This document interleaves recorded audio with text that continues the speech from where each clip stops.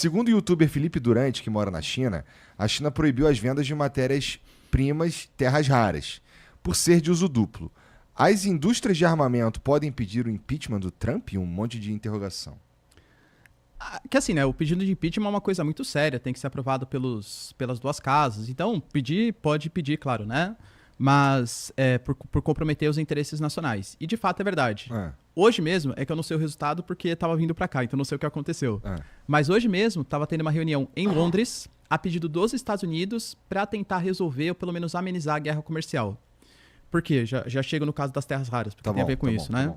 Com as tarifas que foram aplicadas de 245%, 125%, aconteceu uma reunião na Suíça, em Genebra, em que eles prometeram suspender a guerra comercial. Então, durante 90 dias, os Estados Unidos comprariam só 30% da China e a China compraria só 10% dos Estados Unidos. E, teoricamente, as terras raras a China venderia à vontade. Isso no Acordo de Genebra, que foi definido a questão de semanas atrás. Segundo os Estados Unidos, a China não está cumprindo a sua parte do acordo. Não voltou a vender os minerais de terras raras. E, de fato, né, tem toda a razão. O grande problema dos minerais de terras raras não é só a grande concentração no território chinês. É principalmente o processamento. Porque chama terras raras não é só porque é raro de encontrar, é porque é difícil mesmo de fazer todo esse processamento. E a China tem um monopólio de quase 80% disso no mundo. Os Estados Unidos... a China é complicada, né? Ou seja, bom, tem muito chão lá na China, então a gente espera que tenha bastante recurso mineral lá mesmo, recurso natural. Mas, porra, ainda por cima eles detêm a tecnologia de refinar, vou chamar de refinar essas terras raras aí para de fato ser usado, então. E a gente, quando fala de terra rara, a gente tá falando de fonte de energia também, estamos falando de uma porrada de coisa, né? Sim, fonte de energia para... Que nem falou, a indústria de defesa depende hoje dos minerais de terras raras. Isso compromete até a própria segurança dos Estados Unidos, entende? Então, hoje a reunião, ela foi convocada... Oh, que interessante para os chineses, né? Isso foi convocado pelos Estados Unidos para fazer a China cumprir o acordo de minerais de terras raras que, teoricamente, eles tinham se comprometido ali em Genebra. Então, nessa disputa comercial entre China e Estados Unidos, a China tem uma vantagem muito importante, que é, primeiro, né, não sofrer com questões políticas. Vamos imaginar que a China entra numa crise. Dificilmente vai ter um movimento político de oposição para depor o Xi Jinping, né? Claro.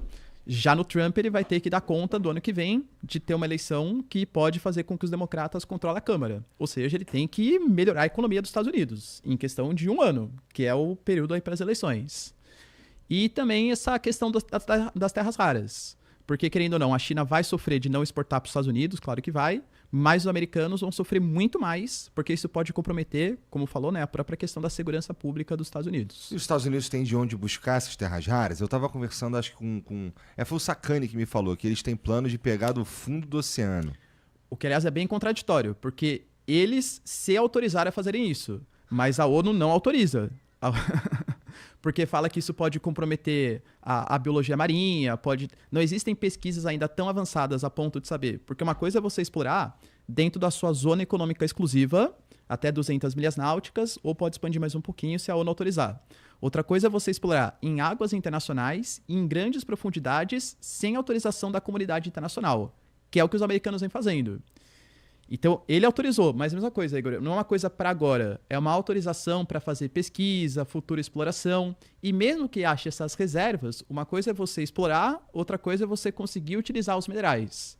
Então, difícil falar em prazo, né? Mas caso os americanos tenham o foco nisso agora, não, a gente tem que passar a saber processar isso.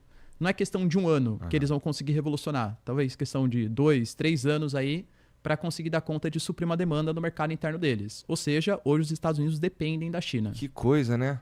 Então, o que os chineses podem demandar em troca? Pô, me vende uns chips aí, o que será que eles devem estar... Bom, porque assim, se é verdade que eles não estão cumprindo a parte deles, eles devem ter... Bom, e eles têm essa carta muito forte para jogar, né, cara? Fica difícil mesmo para os Estados Unidos nesse sentido aí, de como opera quando o teu inimigo, entre aspas, aí tá jogando com essa. Tem essa aqui do Carlos. Carlos mandou R$20. Professor, qual sua opinião sobre o Hamas e o que está acontecendo em Gaza? E tudo que foi encontrado pelo exército israelense? Túneis? Armamentos? Lá, bom, Hamas ele quis dizer Hamas, né? Você sacou. sim. E tem umas coisas acontecendo lá, né? Tem uns caras que estão presos lá, né? Tem um brasileiro, tem a Greta e tem o Liam, que é um ator. Não lembro de onde ele é. Mas é o Thiago Ávila, né? O Thiago Ávila. Thiago que tá- Ávila, é. Então, bom, o que vem acontecendo hoje é que Israel está numa baita crise política, inclusive a chance do Benjamin Netanyahu ser deposto até nessa quarta-feira. O cara... Caralho, peraí que isso é Informações... novidade pra mim. Ó, notícias. Por quê? A oposição israelense tá brava com o Benjamin Netanyahu, porque hoje Faz Israel... tempo. Faz tempo, né? Ele vem comprometendo muito a imagem de Israel frente à comunidade internacional. Quando a gente pega, sei lá, o Irã criticando ou a Bashar al-Assad criticava, é natural, porque é criticar qualquer ação de Israel mesmo. Agora, o que a gente tem hoje é França, Espanha, Alemanha criticando a postura de Israel em relação a não deixar chegar ajuda humanitária. Até o Brasil vai liderar, junto com o Senegal, nesse meio de ano, uma cúpula da ONU para a criação de um Estado palestino. Tá. Vai ser muito mais simbólico, não vai mudar muita coisa, né? Mas isso apoiado pelos países europeus, entende? Então já existe uma crise de popularidade grande. O principal objetivo do Benjamin Netanyahu, que seria talvez o resgate dos reféns, ele não vem conseguindo fazer isso, então as famílias vêm constantemente protestando, a oposição reclama disso. E a gente teve uma medida polêmica dele, porque olha quando ele está contra a parede. Hoje o exército israelense, a gente está falando de quase 2 anos de guerra. Israel é um país muito grande. E quando a gente fala do exército israelense, são os reservistas e a população civil que está indo lá. Então o cara que é economista, professor, engenheiro, que está deixando de trabalhar, produzir para o país e está indo para a guerra, e fora que tem um custo também social. As famílias não gostam de perder, enfim, né, os entes para a guerra, né? Além dessa crise política e social, que já abala a popularidade, hoje existe um déficit, segundo ele, de cerca de 10 milhões de soldados, que precisariam ter 10 milhões de soldados a mais. Existe um exército de reserva para convocar, que são os ultra-ortodoxos. Porque dentro de Israel, você tem a população, entre aspas, comum, que obrigatoriamente tem que prestar o serviço militar obrigatório, e tem os ultra-ortodoxos. Esses caras não são obrigados a prestar o serviço militar, porque, teoricamente, eles têm que ficar estudando os livros sagrados, eles fazem parte da constituição do que é a religião, o Estado judaico, né? Hoje, 80% da população de Israel apoia que essas pessoas sejam convocadas. Pô, como assim? Um jovem de 20, 25 anos não tem que ir pra guerra, vai ficar só, entre aspas, estudando, e meu filho tá indo pra lá, e meu marido tá indo pra lá. Claro que ia chegar nesse ponto, né? Óbvio, né? Só que qual que é o problema? A coalizão que sustenta hoje o partido do Benjamin Netanyahu, que é o Likud, para conseguir se eleger, ele teve que se aliar com vários desses pequenos partidos ultra-ortodoxos. Essa direita mais religiosa, né, israelense. Os caras estão pé da vida. O quê? Vocês vão colocar os ultra-ortodoxos, então, para lutar na frente de batalha? Se você convocar ele, a gente deixa de apoiar seu governo. E sem o apoio desses parlamentares, o governo Benjamin Netanyahu cai. Então, o que a oposição está percebendo? É agora. Quarta-feira, eles vão tentar colocar para votação no Congresso o impeachment, afastamento do Benjamin Netanyahu. E se o Benjamin Netanyahu convocar esses ultra-ortodoxos, possivelmente a direita deixa de apoiar ele e ele cai. Mas se ele não convocar, a população fica pé da vida. Pô, como assim? Os caras não vão lutar então? E aumenta a pressão em cima dele. Ou seja, o cara tá contra a parede. É uma crise política, assim, gravíssima pro Benjamin Netanyahu, que pode ter um fim já nessa quarta-feira. Nossa, tava por fora disso, cara. O que é pior hoje? Ser o Netanyahu ou ser o Trump? Tá com Pressão de todos os lados, né? Tá difícil isso daí, hein, cara. Nossa, e assim, a formação de um Estado palestino, cara... Porra, me ajuda aqui, cara. Como é que... Vamos lá. Você disse, assim, é muito difícil, né? Os caras estão falando de criar um Estado palestino faz muito tempo, né? E aí, pô, eu queria que tu primeiro me dissesse quais são as principais dificuldades para criar um Estado palestino e faz parte dessas dificuldades o lance do território palestino, entre aspas, estar separado?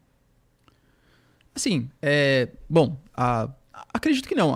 Quando você pega hoje, né, a comunidade internacional, ela fala que o território palestino seria a criação de um Estado para o povo palestino no que eram as fronteiras antes da Guerra dos 6 Dias, que é a Guerra de 67. Ou seja, teoricamente, a comunidade internacional, o Brasil mesmo se posiciona dessa maneira, aceitaria que a faixa de Gaza e a Cisjordânia, mesmo que separadas, poderia ter uma comunicação, claro, né, entre os territórios, mas seria o Estado palestino. Quais são os pontos de divergência? Primeiro, que é a questão de Jerusalém. Em 67, Israel também dominou Jerusalém. Claro que Jerusalém Oriental Israel deixa ali as mesquitas, as celebrações religiosas islâmicas, mas de fato quem manda, quem coordena hoje mesmo é subordinado ao Estado de Israel. Israel muito possivelmente não quer abrir mão de Jerusalém. Outro ponto, Israel reclama, pô, mas eu vou lá e dou algum tipo de liberdade, por exemplo, para a faixa de Gaza, dou algum tipo de liberdade para a Cisjordânia. E aí os caras vão lá e colocam o Hamas, por exemplo, no poder, colocam um grupo terrorista. Se eu dou liberdade para eles, esses caras vão começar a se rearmar, eles vão ficar mais poderosos e vão querer atacar meu território. Então eu preciso suprimir a liberdade individual deles para que eles não organizem um partido que prega a minha destruição. Porque, por exemplo, né, na minha concepção, tanto hoje a existência no governo Benjamin Netanyahu, que tem ministros como Smotrich, que fala que o povo palestino não é um povo, que defende o deslocamento da população palestina da faixa de Gaza, que fala que eles têm que sair daquele território. Pô, isso inviabiliza um processo de paz. O cara realmente... Deslocamento forçado de população é crime de guerra, então o que Israel está fazendo hoje na faixa de Gaza é um crime de guerra, ou o que pretende fazer é um crime de guerra.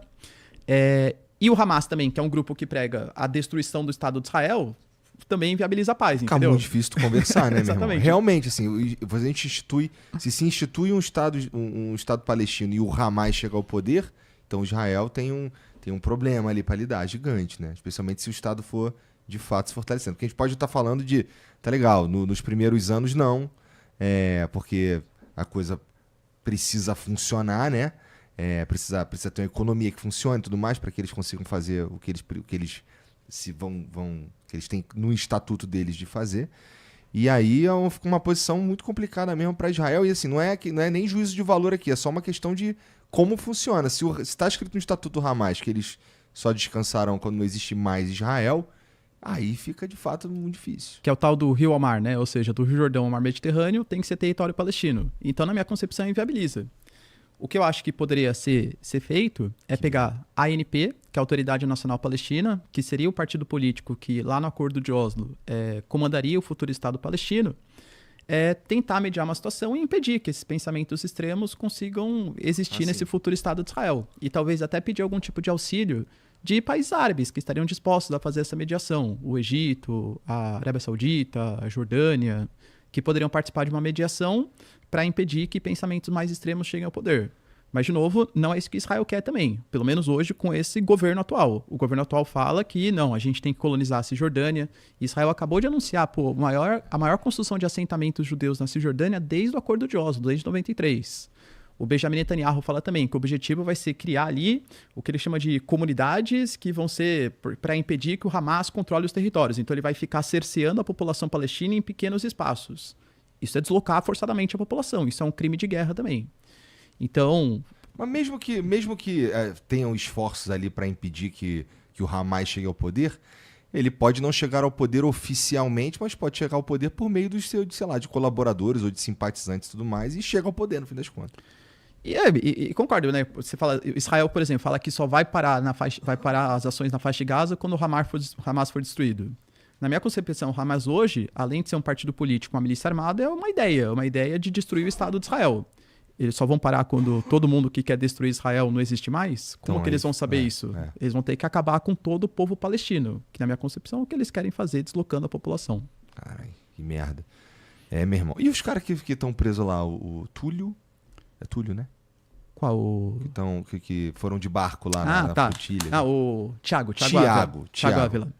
Thiago, a Greta, o Liam, tem uns caras lá, né? Foram com um barquinho. Parece que essa é a terceira ou quarta vez que eles tentam fazer uma ação nesse sentido. Tem a ver com levar ajuda humanitária, no fim das contas. Né? Eles saíram da Itália, né? Se mobilizaram, saíram da Itália, da costa da Itália, atravessaram ali parte do Mediterrâneo. E aí já também entra numa outra briga, porque Israel interceptou a embarcação em águas internacionais. Teoricamente não pode fazer isso, né? Você não pode interceptar. Se entrasse próximo do litoral de Israel, aí beleza.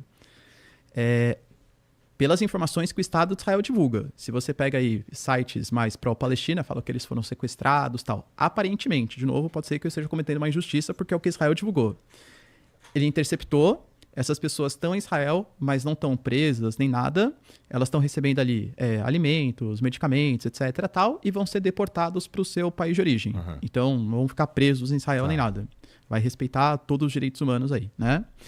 a ajuda humanitária que eles estavam carregando, que era muito mais simbólica, né? Não era grande quantidade, mas era muito mais simbólica. Israel falou que pegou e vai mandar ali para as vias legais para ser distribuído realmente no território da faixa de Gaza.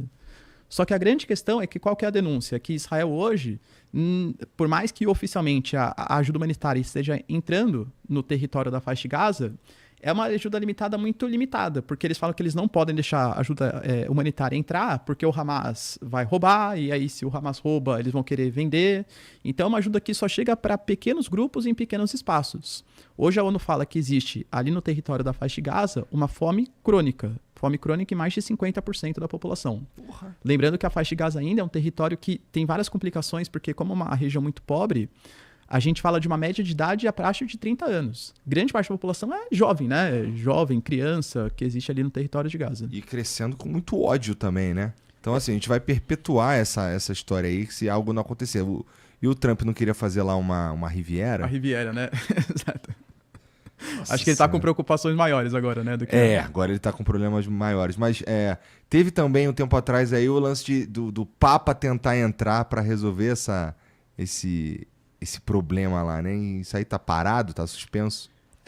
Não sei se o Papa teria muita credibilidade, né, no conflito entre judeus e islâmicos aí para solucionar. Parece que, mas, por exemplo, o Papa ele se mobilizou também para ser o mediador das negociações entre Ucrânia e Rússia.